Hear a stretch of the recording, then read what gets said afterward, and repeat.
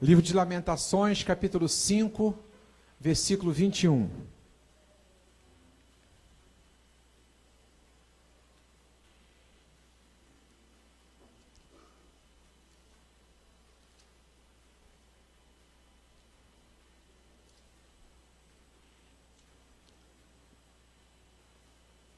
Amém? Lamentações fica junto com o livro de Jeremias, tá? Lamentações, capítulo 5, versículo 21, diz assim: Adonai, que é a mesma coisa que Deus, Senhor, né? Adonai, volta-nos para ti e voltaremos.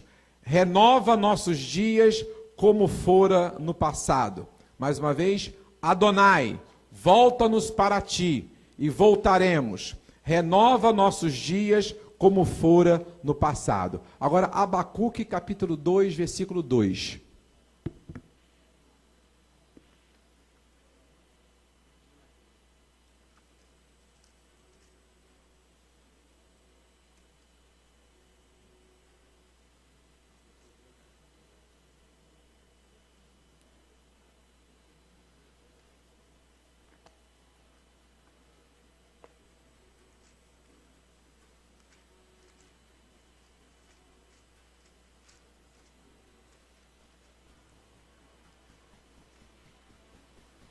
Todos acharam? Abacuque 2:2. Diz assim o profeta Abacuque: Então Adonai, que é o Senhor Deus, então Adonai respondeu-me e ele disse: escreva claramente a visão em tábuas, para que mesmo um corredor possa lê-la. Então Adonai respondeu-me. Ele disse: escreva claramente a visão em tábuas, para que mesmo um corredor possa lê-la. Amém? Então vamos lá, pode passar a primeira tela, deixa eu me achar aqui também, peraí. Então na primeira tela, eu coloco aí como introdução a seguinte questão para vocês começarem a entender. A palavra de hoje é uma palavra assim, muito propícia para esse momento de ceia, renovação de fé. Então eu começo colocando ali, olha, na introdução. Então, o título da mensagem qual é, pessoal? Diga assim, fé restaurada. Diga assim, nós precisamos de uma fé restaurada. Diga assim, este é o tempo de uma restauração da nossa fé. Então, olha só, para a introdução eu coloco ali o seguinte. Nos aproximamos dos 500 anos da Reforma Protestante. Dia 31 de outubro agora, nós vamos completar 500 anos de Reforma Protestante, que foi muito importante para a igreja. A reforma foi muito importante. Vocês sabem que a igreja estava totalmente corrompida, né? A igreja de Jesus, a igreja dos apóstolos, a igreja dos discípulos de Jesus, a igreja que nasceu em Atos dos Apóstolos, a igreja formada lá de Atos, ela foi totalmente corrompida no período da Idade Média, quando houve, onde o Estado acabou se aliando à igreja e passaram a ser uma coisa só. Teve momentos da história que o Papa, ao mesmo tempo que era Papa, também era rei, e aí essa confusão de misturar a igreja com o Estado, a igreja acabou se corrompendo, o clero acabou se corrompendo, e a Idade Média, conhecida na história, vocês estudaram história sabem disso, é conhecida como os séculos de escuridão, porque foram anos de escuridão, por quê? Por causa da corrupção da igreja. Imagina, a igreja que tem que ser sal da terra e luz do mundo, se ela está corrompida, evidentemente que toda a sociedade, todo mundo, toda a humanidade existente vai estar o quê? Em trevas. Por isso que o período da Idade Média é conhecido como o período da escuridão, o período da cegueira, porque o clero estava totalmente corrompido. Ou seja, os sacerdotes, ao invés de estarem ensinando o povo as coisas de Deus, estavam ensinando as coisas que eram interesse deles como governo, como coisa pública. Então, ficou totalmente corrompido, nesse momento, a igreja ficou totalmente corrompida. E aí, então, chegou o momento, onde Deus, ele está sempre fazendo intervenções. Deus não permite que a sua igreja seja enganada, Deus não permite que a sua igreja fique no engano, porque por isso que Jesus prometeu, sabe o quê? O Espírito Santo. Diga assim, o Espírito Santo é uma promessa da verdade. Jesus falou assim, eu vou para o Pai, mas vai vir o Consolador, vai vir o Espírito Santo, que é o Espírito da verdade. Ele não vai deixar a igreja ser corrompida, não vai deixar a igreja em engano, sempre o Espírito de Deus, ele vai estar fazendo essas intervenções e as atuações necessárias. E aí nesse período, então, foi feita uma atuação, uma intervenção, né? O Espírito Santo começou a atuar na vida de alguns monges na época, né? Como Lutero, a gente ouve muito falar de Lutero, mas Lutero foi um dos reformistas, né? Lutero não fez a reforma sozinho, né? Teve outros reformistas, Calvino e tantos outros antes de Lutero que morreram queimados na fogueira, porque nessa época da Idade Média, quem falasse alguma coisa contra a igreja ia para a fogueira ser queimado, né? Então, ou seja, tantos que a gente não sabe nem o nome, por conta da reforma do Evangelho, para que o Evangelho fosse um Evangelho, voltasse à sua origem, ficasse conforme Jesus ensinou, muitas pessoas pagaram com a sua vida, morreram, a gente não sabe nem o nome. Lutero a gente sabe porque entrou para a história, Calvino a gente sabe porque entrou para a história, mas tantos e tantos e tantos reformistas morreram, né, sem que a gente sequer saiba o nome deles. Pessoas que estavam ali lutando contra aquele engano, contra aquela mentira que estava sendo ensinada pelos sacerdotes daquela época, pelaquela igreja que estava corrompida, pelaquela mentira que estava sendo pregada, muitos morreram.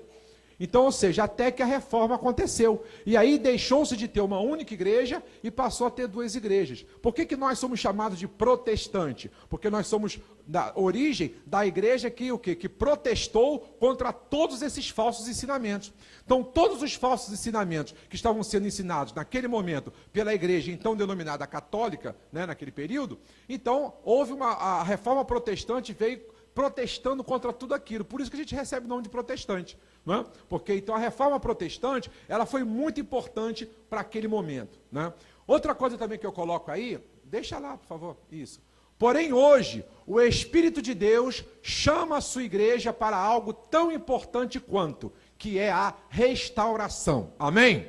Então diga assim, se a reforma há 500 anos atrás foi muito importante, hoje a restauração é tanto quanto.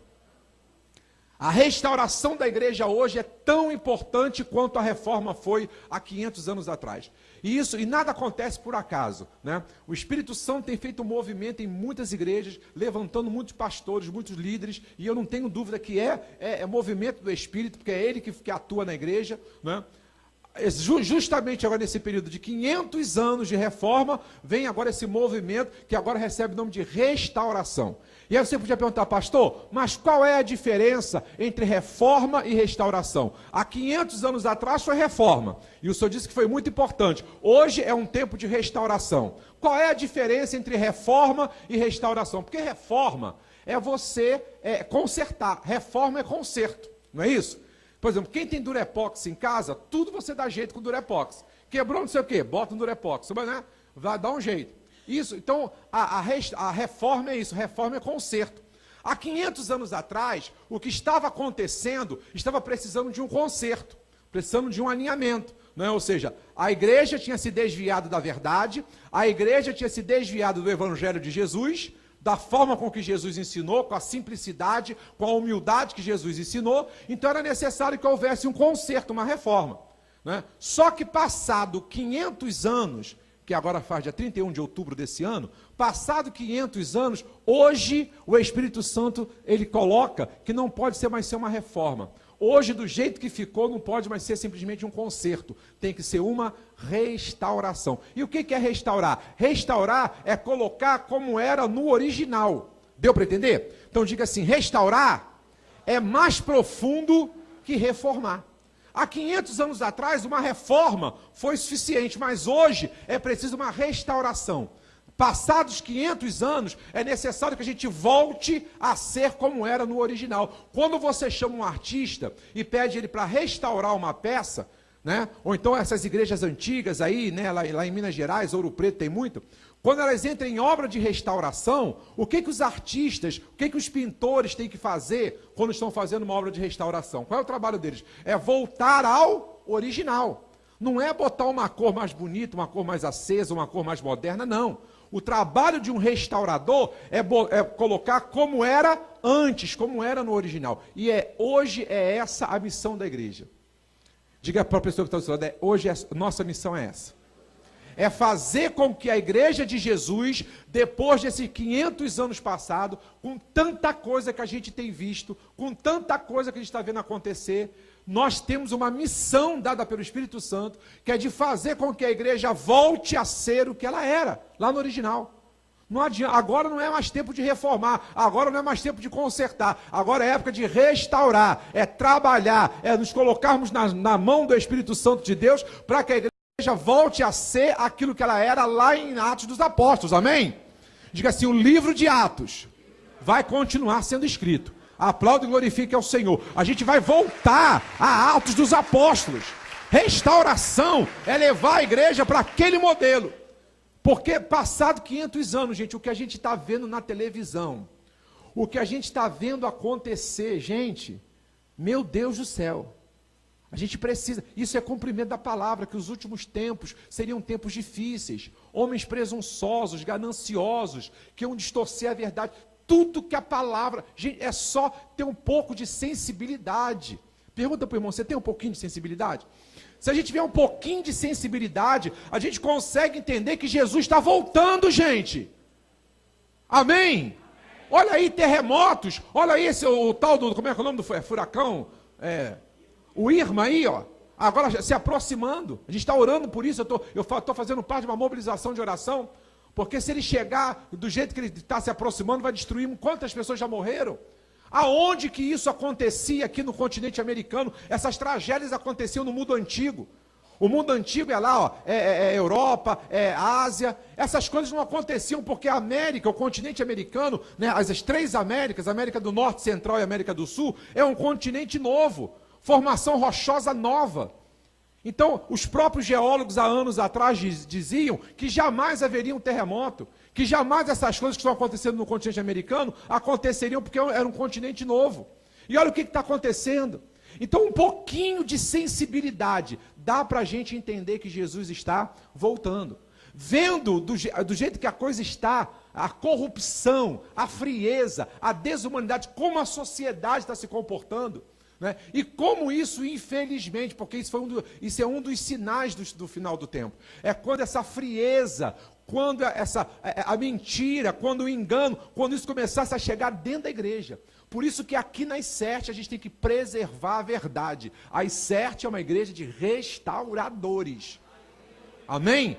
Temos que lutar. Ainda que falem da gente, ainda que zombem da gente, ainda que caçoem da gente, nós lutamos pela manutenção da verdade, da palavra verdadeira, da simplicidade e da veracidade do Evangelho de Jesus. Amém? Porque o que a gente está vendo por aí, a religiosidade tomando conta. Homens religiosos, mas sem piedade. Homens religiosos que sobem no púlpito, que pregam, mas falam mal, detonam, são falsos, traidores, caluniadores. A gente está vendo isso assim aos montes. Né? E aí, um dos sinais, né, do final dos tempos, é exatamente isso. Era quando isso começasse a acontecer dentro da igreja. Mas mesmo assim, olha o que Jesus falou. O amor de muitos, mas não é de todos. Diga assim, eu não faço parte desse muitos. O amor de muitos, o amor de quase todos, mas não de todos. Então isso seria um sinal. Quando chegar lá e você começar a ver a frieza, a mentira, o engano, o dolo, né, a religiosidade, né, começar a entrar dentro da igreja, isso é um dos sinais do final do tempo. E a gente está vendo isso acontecer. Hoje é ceia do Senhor, é dia a gente está falando aqui sobre particularidades da igreja. Para a gente se preservar do dolo, da mentira, do engano, sabe, da frieza, da indiferença, da incredulidade, da religiosidade, porque não tem nada mais perverso do que a religiosidade.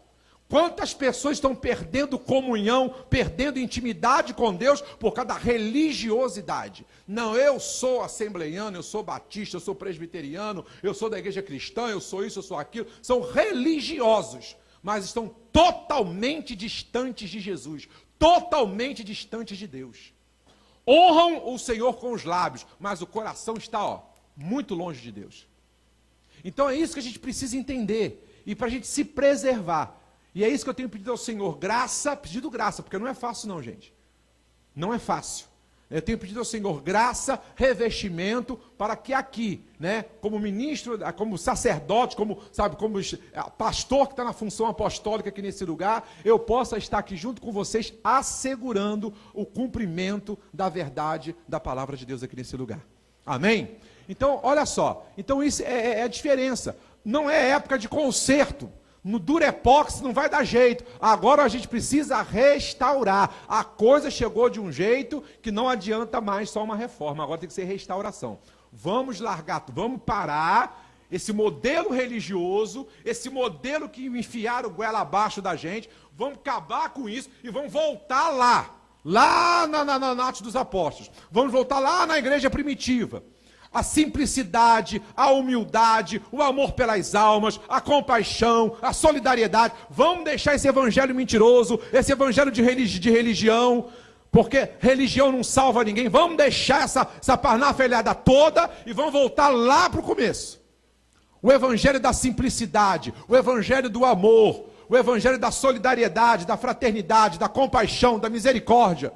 Você pode aplaudir ao Senhor? Aleluia.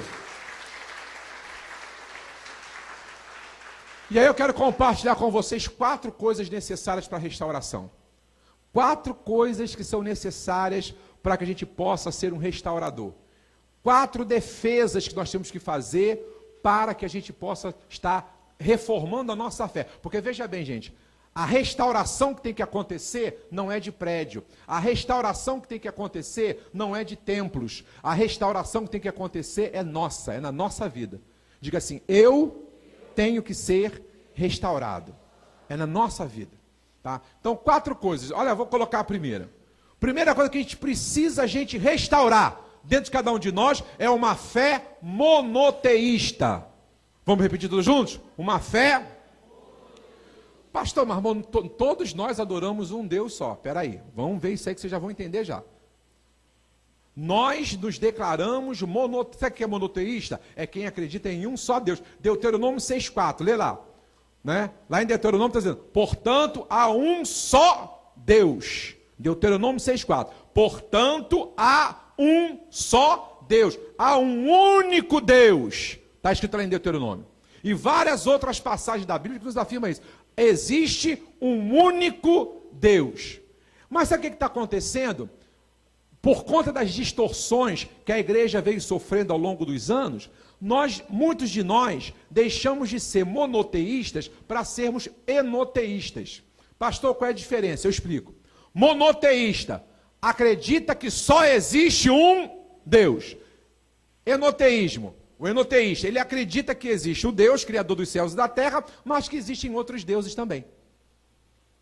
Então, se você se declara monoteísta, que é a fé bíblica, é a fé cristã, você não acredita na existência de outros deuses. Não tem deusa da praia, não tem deusa da cachoeira, não tem deusa da estrela, não tem Deus do trovão. Só existe um único Deus. Único, acabou. E o restante não existe. Diabo não é Deus. Diabo não é Deus. Estamos dando ao diabo o status de Deus. Estamos dando ao diabo o status de divindade. O diabo não é Deus. Somente Deus é o eterno, o criador de todas as coisas. Ele é o que sempre existiu. Só Deus é o eterno. Não existe outro Deus. Não existe. Estamos aí cheios de misticismo. Quantos crentes cheios de misticismo. Olha aí quantas pessoas que confessam o nome de Jesus, se declaram discípulos de Jesus, cheios de misticismo. Ah, porque hoje é o dia não sei o que. Não, porque dizem que hoje é a lua, porque a lua não sei das quantas, porque é o sol, e aí tem influência. Vamos parar com esse negócio em nome de Jesus. Nós somos monoteístas, a gente não acredita que haja divindade em nenhum outro lugar, a não ser no Deus Criador dos céus e da terra. Então para com esse negócio de incenso, para com esse negócio de defumador, para com esse negócio de pedra da sorte, de pé de coelho, porque isso não existe. Ou a gente acredita no único Deus poderoso, ou então nós deixamos de ser monoteístas. Passamos a ser isso aí, ó, enoteístas. Que acreditam, não, tem sim, tem um Deus criador dos céus e da terra, mas tem um Xangô lá nas pedreiras, tem a Iemanjá lá no mar. Para com isso. Tem a rainha das águas. Tem eu não sei mais o quê. Acaba com isso, gente. Isso tem que ser restaurado. E nós temos que começar a pregar isso. Só existe um Deus. Ah, não, mas só existe um Deus. Ah, porque tem o Deus dos ciganos. Não tem Deus, tem um único Deus. O restante não existe. É engano, é mentira do diabo. Só Deus é o eterno. O diabo foi um ser criado. Repita isso, o diabo foi um ser criado. Eterno só Deus. Sabe quem foi que criou o diabo? Foi Deus. Só que Deus não criou o diabo, Deus criou um anjo de luz. Um serafim. O diabo era um serafim, era um anjo de grande importância nos céus. Só que ele não se conformou com o status de anjo e ele quis ser Deus. E aí por isso ele provocou uma rebelião com outros anjos e Deus o expulsou do céu. Então ele foi expulso. Ele está a serviço de Deus, ele é empregado de Deus, ele só faz aquilo que Deus permite. Para com esse negócio de estar dando ao diabo poder que ele não tem. Para com esse negócio de estar caindo endemoniado toda hora. Para com esse negócio. Tá, tudo é o diabo, tudo é o diabo. Onde é que está o teu Deus? Que tudo é o diabo. Que tanto acesso é esse que o diabo tem na tua vida? Onde está o Deus que te fortalece? Onde está o Deus que te justifica?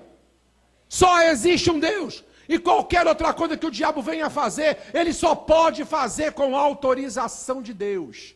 Já ensinei isso para vocês. O diabo só trabalha se tiver legalidade. O diabo destrói tua vida financeira. Por que ele destrói tua vida financeira? Se você der legalidade, se você não entregar o dízimo, se você não entrega a primícia, se você não entrega a oferta, você deu legalidade, você deu autorização a ele. Se você não der autorização ao diabo, ele não pode fazer nada na tua vida. Porque você é um filho de Deus, você é uma filha de Deus. E se você não dá legalidade, ele não tem como agir na tua vida.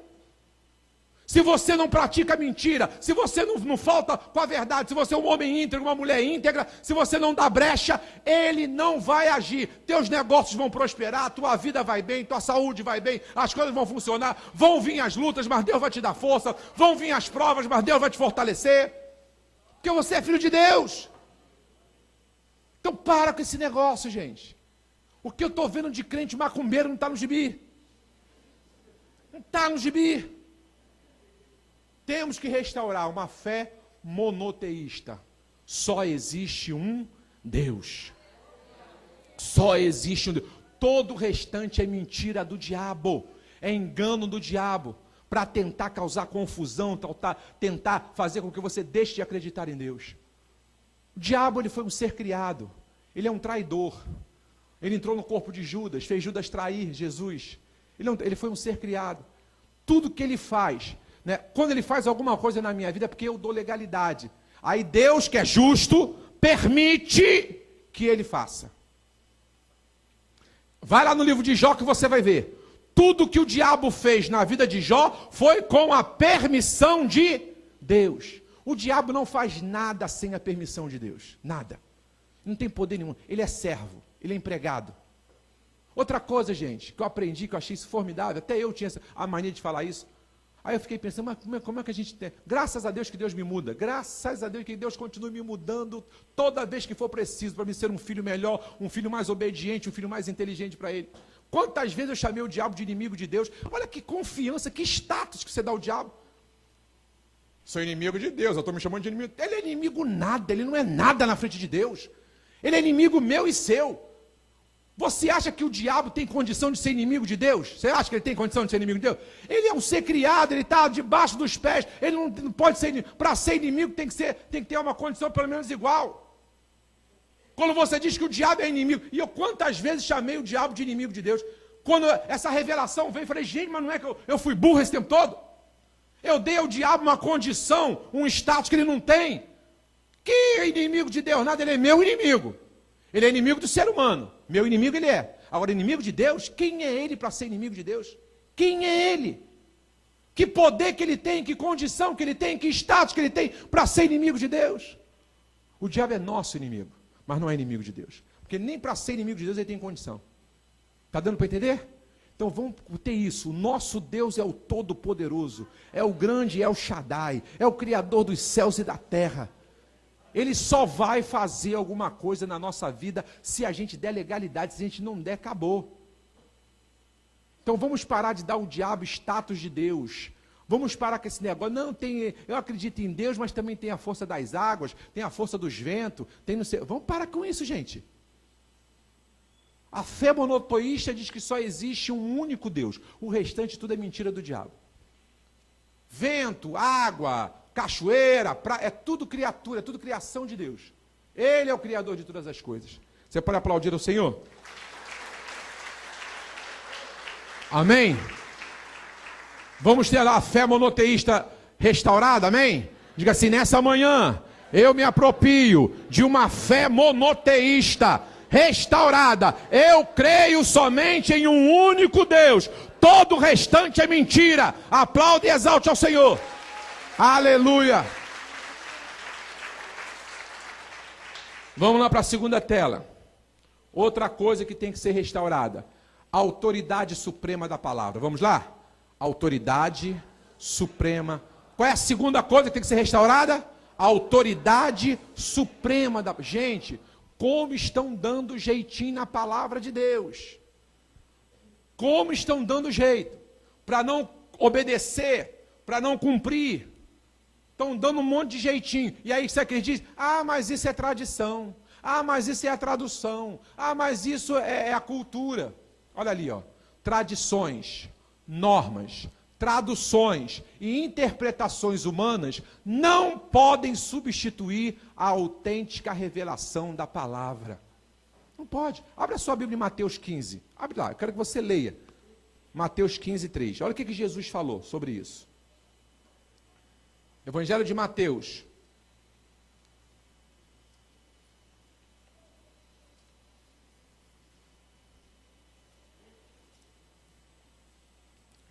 Capítulo 15, versículo 3. Olha o que está escrito.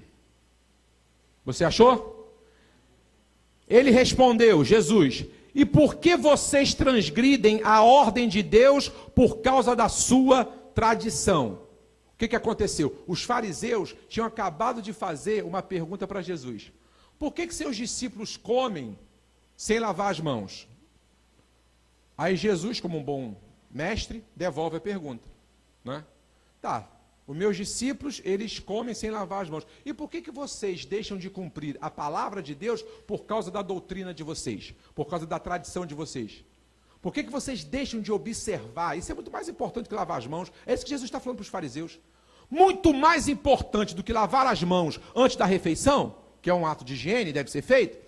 Mas muito mais importante do que isso, é você não anular a palavra de Deus, não substituir a palavra de Deus por causa da sua tradição. Ah, mas a nossa tradição judaica é assim, dane-se. Ah, mas a nossa tradição dane-se. A tradição, a cultura não pode invalidar a palavra de Deus. Mas é a nossa cultura, mas é a nossa tradição, é o nosso costume. Quantas pessoas estão deixando de observar a palavra de Deus, estão deixando de ser obedientes à palavra, de cumprir a palavra, porque estão, em nome da tradição, em nome dos costumes, em nome da interpretação. Jesus censurou isso, gente, está aqui, ó. Quando os fariseus começaram, por que teus discípulos não lavam as mãos antes de comer? Aí Jesus falou assim, mais importante que lavar as mãos é vocês cumprirem a palavra de Deus e não substituir a palavra pela tradição, pelo costume, pela cultura. Vamos para a palavra. Vamos para a palavra. Vamos entender a palavra. Vamos parar com esse negócio de internet, de porque fulano falou, Beltrano não disse. Eu sou contra porque eu ouvi o pastor fulano falou. Vai para a palavra, vai ler. Pede o Espírito Santo para te revelar. Para com esse negócio de ser o quê? Vai ser crente menino até quando?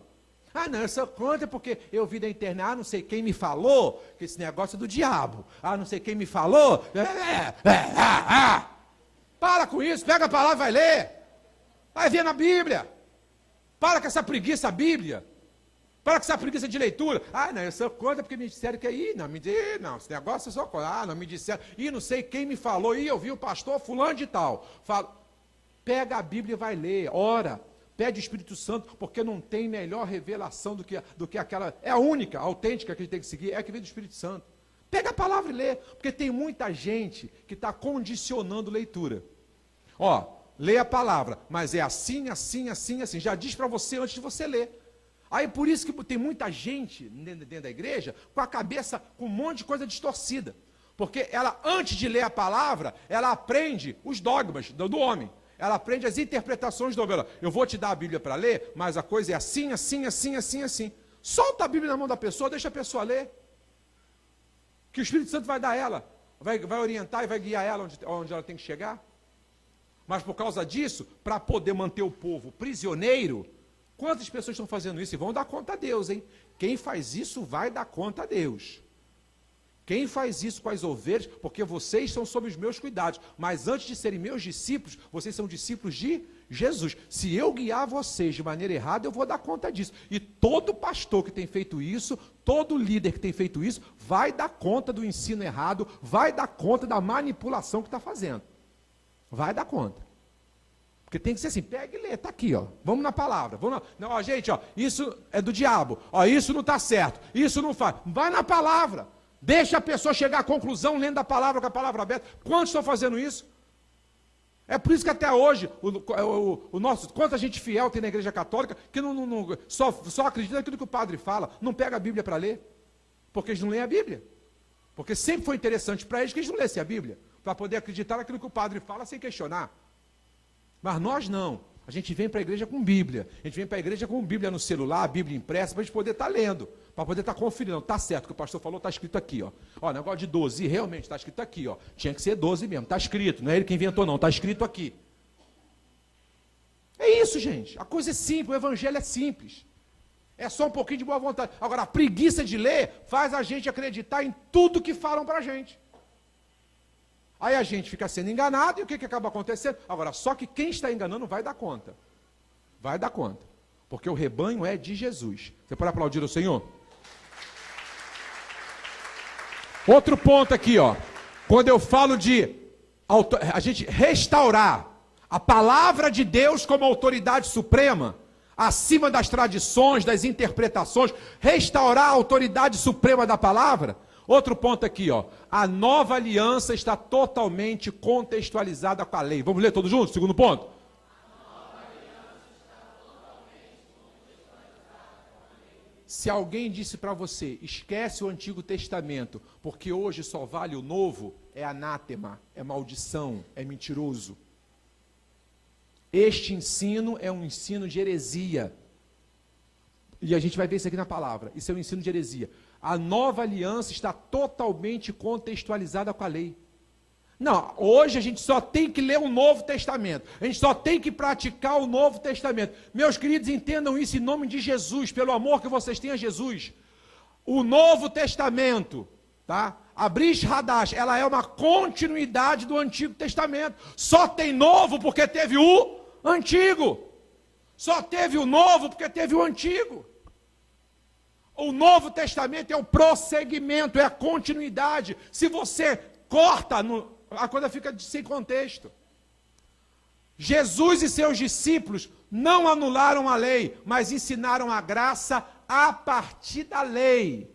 Então os discípulos de Jesus disseram assim, olha, até aqui a lei nos conduziu. A partir de agora, quem vai nos conduzir vai ser quem? A graça. Mas quem é que fez o intercâmbio? Quem foi que levou até a graça? Foi a lei. Então a lei não pode ser desconsiderada.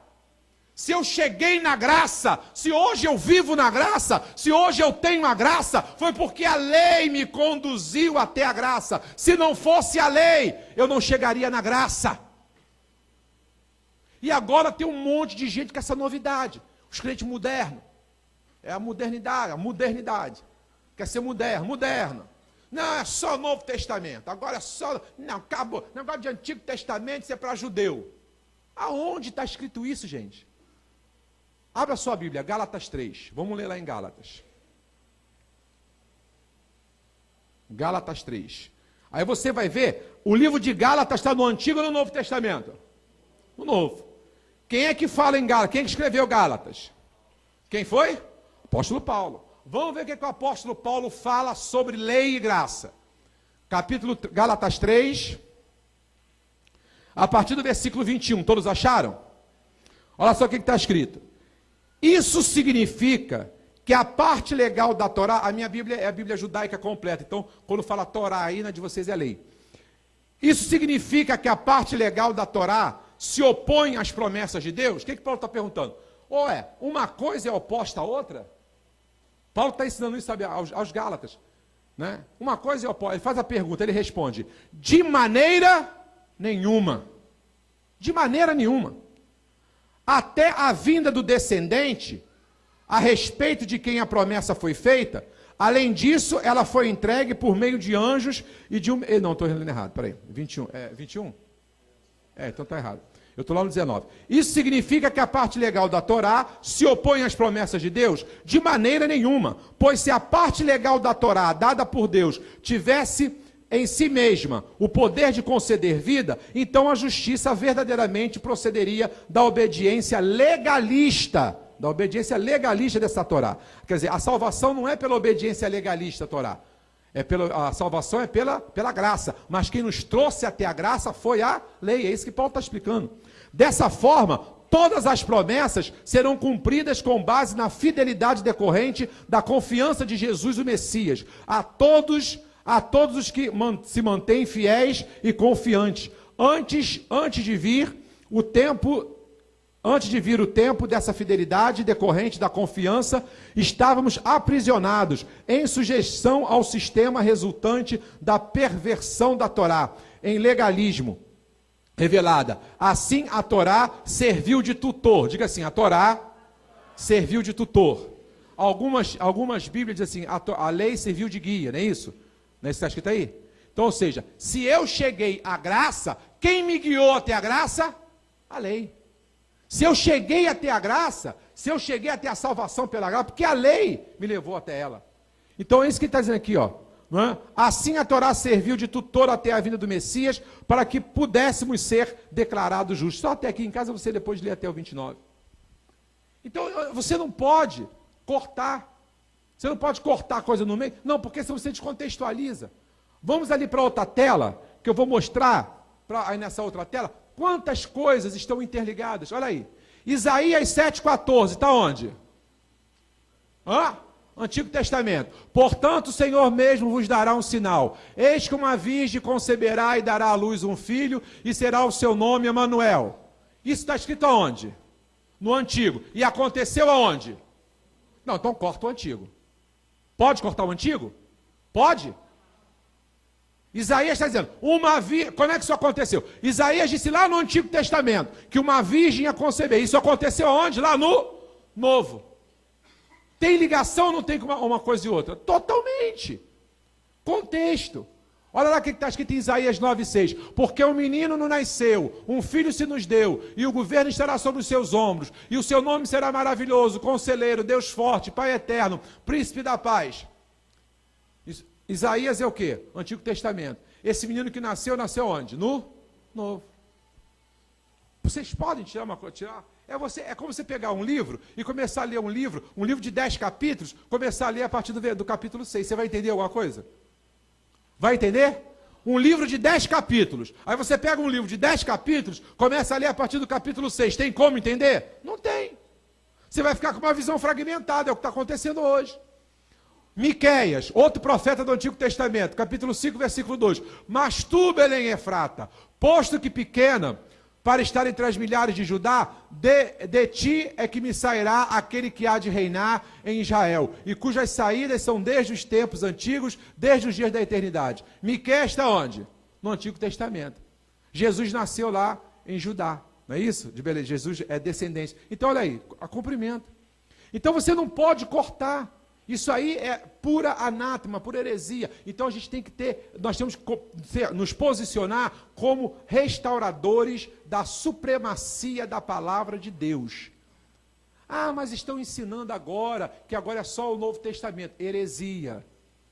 Nós temos que restaurar a soberania, a supremacia da palavra. A palavra de Deus, ela é formada com os 66 livros.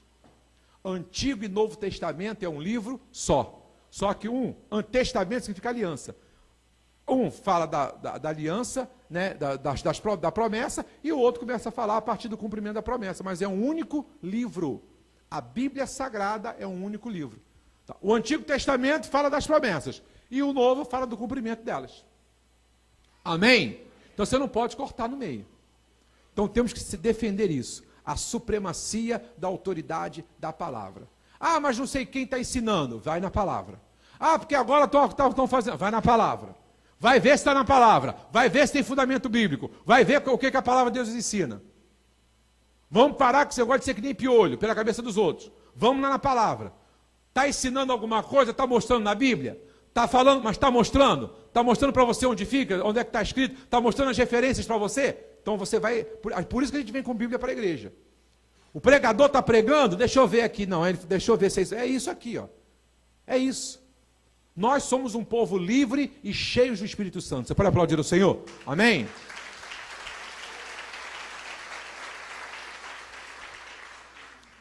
Bota aí outra tela. Outra coisa que a gente precisa restaurar, pessoal. Ó, fé monoteísta, a autoridade suprema da palavra. Terceira coisa que a gente precisa restaurar: salvação e mediação somente em Jesus.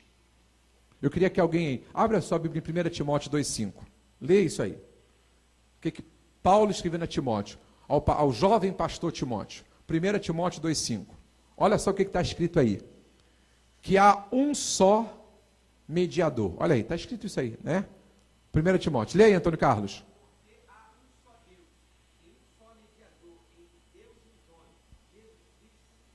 Quem é o mediador?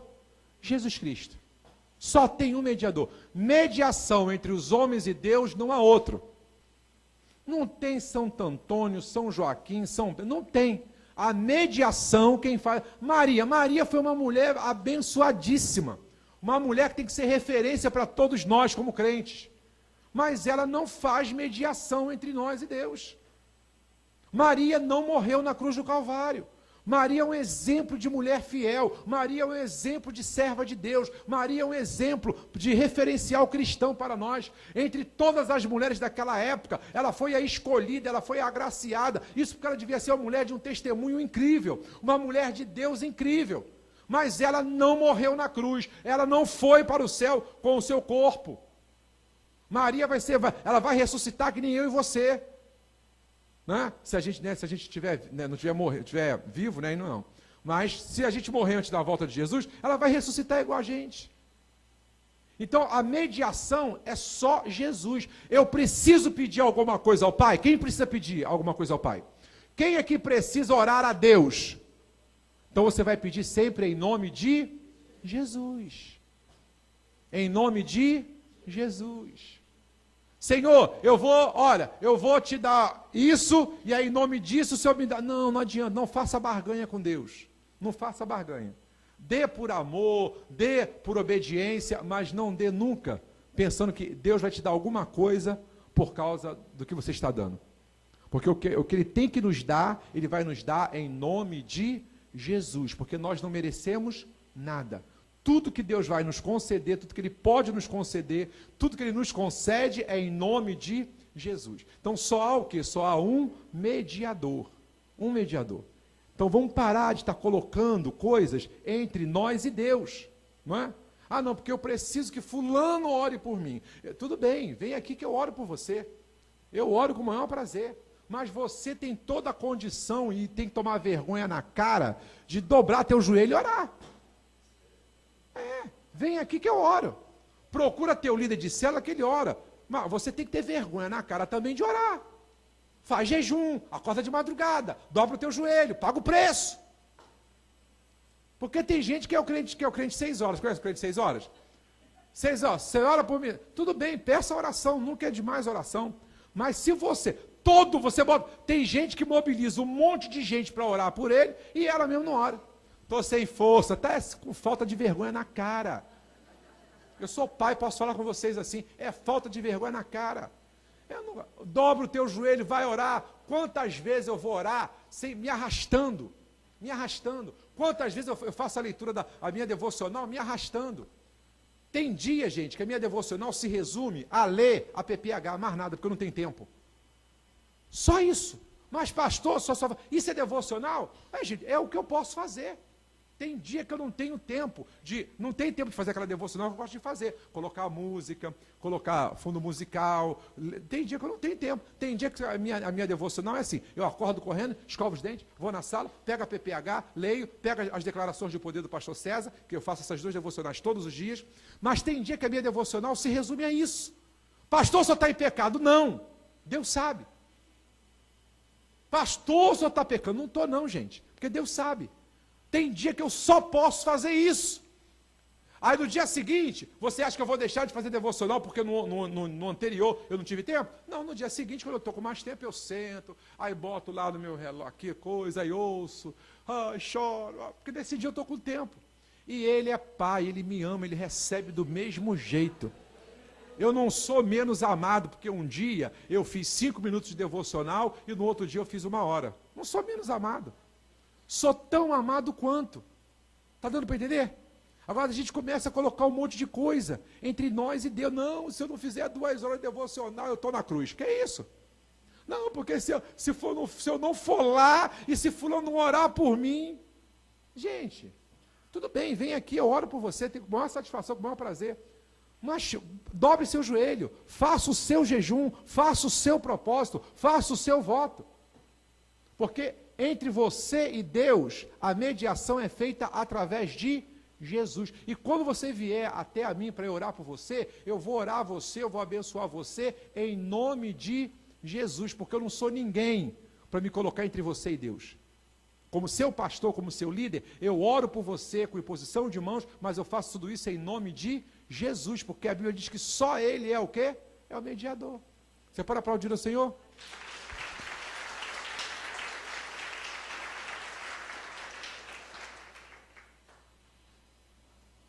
Outra coisa, salvação em Cristo está atrelada à nossa obediência. Eu sou salvo somente por Jesus. Salvação e mediação somente em Jesus. Temos que restaurar isso. Isso tem que ficar restaurado no nosso discurso, na nossa vida. Mediação e salvação somente na pessoa bendita de Jesus. Tá? E a salvação em Cristo está atrelada à nossa obediência. João 14, 21, em casa você lê. Diz assim, aquele que me ama, guarda os meus mandamentos. Aquele que me ama, guarda... Não, sou salvo pela graça. Meto o pé na jaca. Faço o que eu quero. Faço tudo porque eu sou salvo pela graça. Vai para o inferno, hein? Prepara as malas, hein? Prepara. Não, sou salvo, uma vez salvo, salvo para sempre. Quando tu vê o calor lá, tu vai ver. Tu vai ver onde é que tu está. Mas aqui nem é graça, não? Ai! Vai ver só. Uma vez salvo, salvo para sempre. Porque tem essa heresia aí, vocês já ouviram isso? Já ouviram? Uma vez salvo, salvo para sempre. Não, sou salvo pela graça.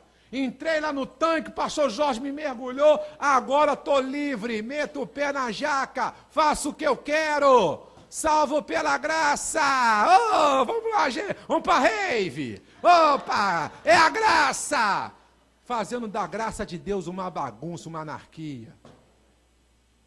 Graça, a salvação está atrelada à obediência. Agora aqui eu quero que você leia Hebreus 5, 7 a 10. Abra aí, Hebreus 5, 7 a 10.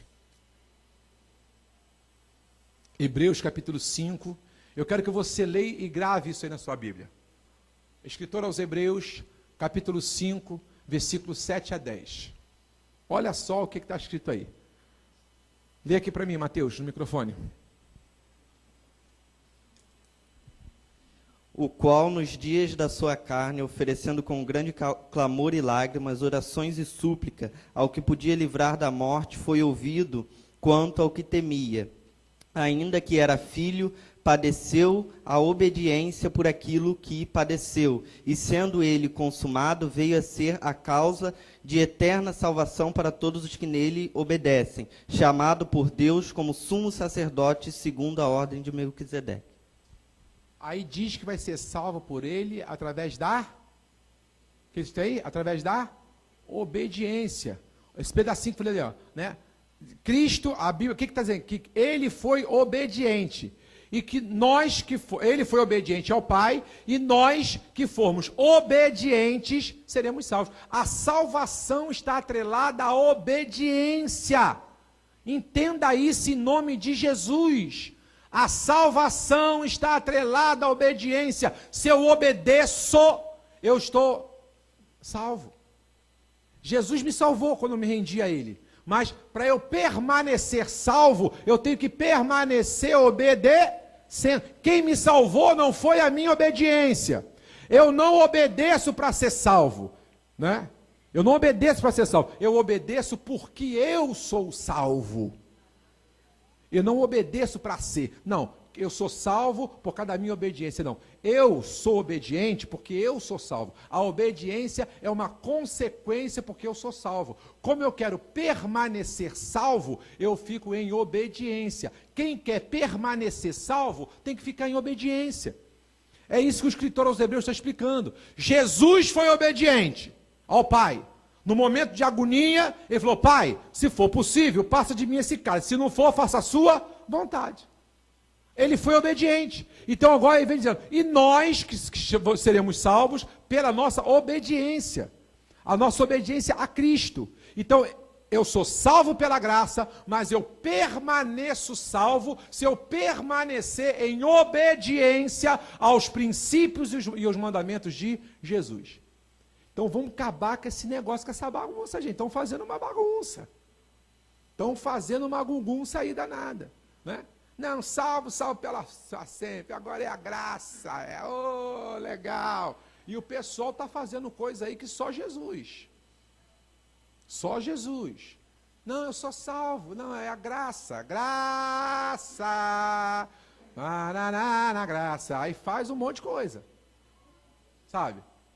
Está quebrando os mandamentos, quebrando os princípios, não obedece, fazendo um monte de coisa errada, confiando que eu estou salvo pela graça. A graça me salvou, uma vez salvo, salvo para sempre. A permanência, nós somos salvos pela graça, mas o que faz a gente permanecer salvo na graça é a nossa obediência. Amém? Você pode aplaudir o Senhor?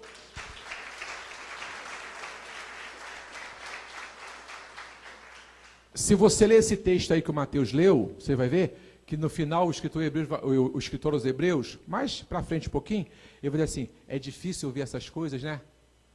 Eu pergunto para vocês, é difícil ouvir essas coisas? É, né? É tão bom se eu pudesse chegar aqui, gente, ó, salvação pela graça, ó, passa o rodo, hein? Ó, não é?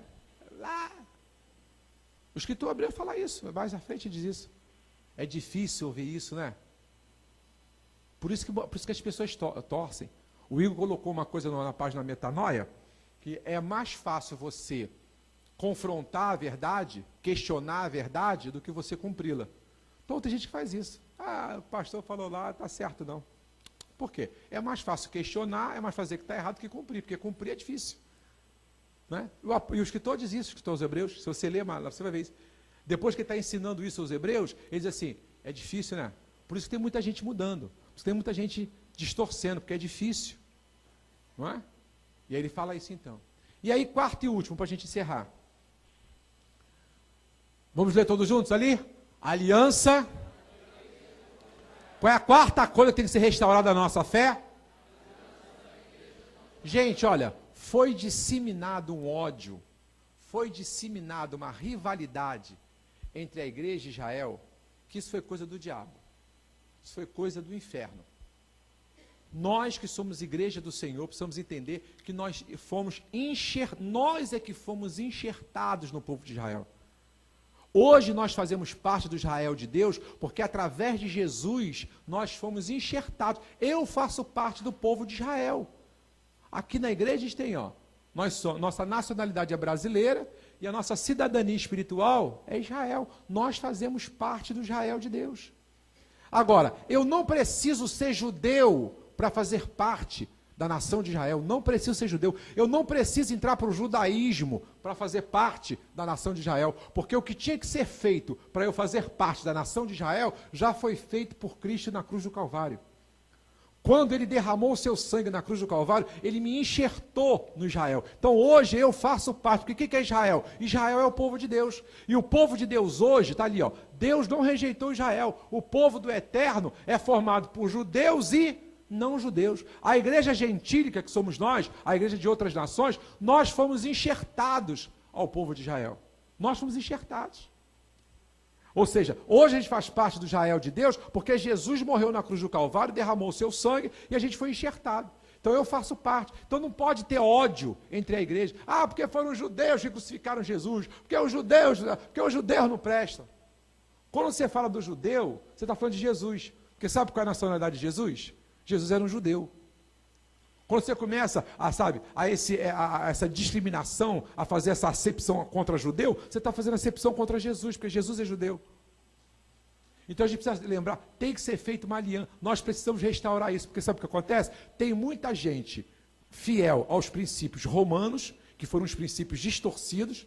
Em novembro agora, a nossa escola bíblica está estudando os livros históricos. Não deixa de vir segunda-feira, 8 horas da noite, a escola bíblica falando sobre livros históricos. Está muito legal o estudo. Em novembro, eu vou fazer um seminário na escola bíblica, que eu vou falar sobre as distorções romanas no cristianismo. Vai começar em novembro, eu que vou ministrar, toda segunda-feira, 8 horas da noite. Né? E eu vou falar sobre as distorções romanas. Então tem muita gente fiel às distorções, às mentiras romanas, que foram introduzidas no cristianismo e deixando de acreditar naquilo que é autêntico, que vem do povo de Deus, que vem de Israel. A nossa fé cristã, a base dela está lá nos princípios judaicos. Eu não sou judaizante, eu não sou, não faço parte do judaísmo, mas a minha fé tem raízes lá. Deu para entender? E a gente precisa entender. Então, acabar com essa dicotomia. Não, Israel para cá, igreja para... Não, Israel e igreja, nós somos uma única coisa. Somos o povo escolhido de Deus. Amém? Vamos encerrar lendo Romanos capítulo 11, para você poder entender o que eu estou falando. Abra sua Bíblia lá em Romanos. Vem cá, Mateus, lê para mim, que minha voz já está... Romanos 11... Romanos 11, você vai ler o versículo 1, depois você vai ser o versículo de 11 a 32, tá? Eu quero que vocês acompanhem uma leitura longa, mas é bom você acompanhar. Romanos 11, capítulo 1, aí depois nós vamos ler o versículo 11 a 32. Digo, pois, porventura rejeitou Deus ao seu povo? De modo nenhum, porque também eu sou israelita, de descendência de Abraão, da tribo de Benjamim.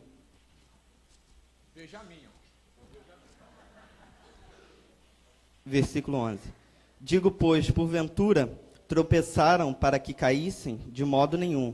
Mas pela sua queda veio a salvação aos gentios, para incitar a esmulação. E se a sua queda é a riqueza do mundo e a sua diminuição a riqueza dos gentios, quanto mais a sua plenitude. Porque convosco falo, gentios, que por enquanto for apóstolo dos gentios, glorifiquei ao meu ministério, para ver que de alguma maneira posso incitar a emulação de minha carne a salvar alguns deles, porque a sua rejeição é a reconciliação do mundo. Qual será a sua admissão, senão a vida dentre os mortos? E se as primícias são as santas, também a massa é a sua raiz, é santa, também os ramos o são. Se alguns dos ramos forem quebrados, e tu, sendo zombejeiro, foste enxertado em lugar deles, e foi participante da raiz e da sua seiva da oliveira. Não te glories em outros ramos, e se contra eles te glories, não és tu que sustentastes a raiz, mas a raiz a ti. Direis, pois, os ramos foram quebrados para que eu fosse enxertado. Está bem, pela sua incredulidade que foram quebrados, e tu estarás de pé pela fé. Então, não te ensoberbeças, mas teme, porque se Deus não poupou os ramos naturais, teme que não te poupe a ti também. Considera, pois, a bondade e a servidade de Deus, para que com os que caírem, servidade, mas para contigo a benignidade de Deus, permanecerdes na sua benignidade. De outra maneira também, tu serás cortado, e também eles, se não permanecerão na incredulidade, serão enxertados, porque poderoso é Deus para os tornar a enxertar. Até o... Queridos, olha só, deixa eu resumir. O que Paulo está falando? Sabe por que os judeus rejeitaram Jesus? Quem sabe? Diga assim, por causa de mim. Por que os judeus rejeitaram Jesus? Por causa de... Fazia parte do plano da salvação. Paulo está explicando isso. Olha, essa nação que foi escolhida por Deus, ela foi escolhida com esse propósito. Deles rejeitarem para que o evangelho... Porque se eles tivessem aceitado e reconhecido Jesus como Messias, a história tinha encerrado ali. Dá para você entender isso? Se os judeus, na época, reconhecessem Jesus como Messias, a história acabava ali, gente. Então, quando eles não reconheceram a Jesus como Senhor e Salvador, como Messias, foi exatamente para que o Evangelho saísse lá, não ficasse somente entre os judeus e pudesse alcançar os confins da terra. Então, os judeus, quando não aceitaram a Jesus, quando não reconheceram Jesus, foi por uma obra de Deus. Para eles rejeitarem, para eles não reconhecerem, para que o Evangelho pudesse chegar às outras nações. Está dando para entender? Mas, pastor, Deus fez isso? Fez. Plano dele. Plano dele, ele é soberano, ele é Deus. Amém? Foi o plano dele. Aí Paulo está explicando, olha, eles eram os ramos naturais, mas pela desobediência eles foram o quê? Quebrados. Está colocando o reino de Deus como uma oliveira. Aí Paulo está explicando, eles eram os ramos naturais, só que como eles não reconheceram Jesus como Messias, eles foram o quê? Quebrados. Aí que Cristo fez? Pegou nós, que não, eram ramos do zambujeiro. O que é o zambujeiro? É um outro tipo de árvore. É uma árvore estranha. São as outras nações. O zambujeiro representa as outras nações. E a oliveira representa o corpo de Cristo, o Israel de Deus. Então, pegou a gente, que era de outra árvore, de outras nações, cortou a gente do zambujeiro e fez o que com a gente? Enxertou aonde? Quantos aqui são enxertados na oliveira? Amém. Quem foi que enxertou a gente na oliveira? Jesus. Aí Paulo está explicando, olha, vocês eram ramos do zambujeiro. Aí por conta de Cristo, quebrou e enxertou. Mas olha só o que Paulo está falando. Deus não poupou pela desobediência, Deus não poupou quem? Os ramos naturais. Se vocês não forem obedientes, que vocês que não são ramos naturais, também não serão poupados. Então, como é que encerra? Todos foram colocados debaixo da desobediência, judeus e não judeus, para que todos possam ser salvos pela graça. Todos foram colocados debaixo da desobediência. Judeus, o povo escolhido, foi desobediente. Gentios, desobediente. Todos encerrados embaixo da desobediência para dependerem da salvação em Cristo Jesus. Vamos ficar de pé e aplaudir ao Senhor. Amém. Então diga assim, eu já fui zambujeiro, hoje eu sou oliveira. Diga assim, eu já fui tiririca do brejo, hoje eu sou flor do campo. Amém? É a mesma coisa. Já fui tiririca do brejo, hoje eu sou flor do campo. Já fui zambujeiro, hoje eu sou oliveira. Mas eu sou oliveira por quê? Porque Cristo me enxertou na oliveira. Eu posso falar mal dos ramos da oliveira? Não posso. Hoje, gente, existem milhares e milhares de judeus messiânicos. Sabe o que é judeu messiânico? É judeu que já reconhece Jesus como Messias. Tem um monte assim, ó.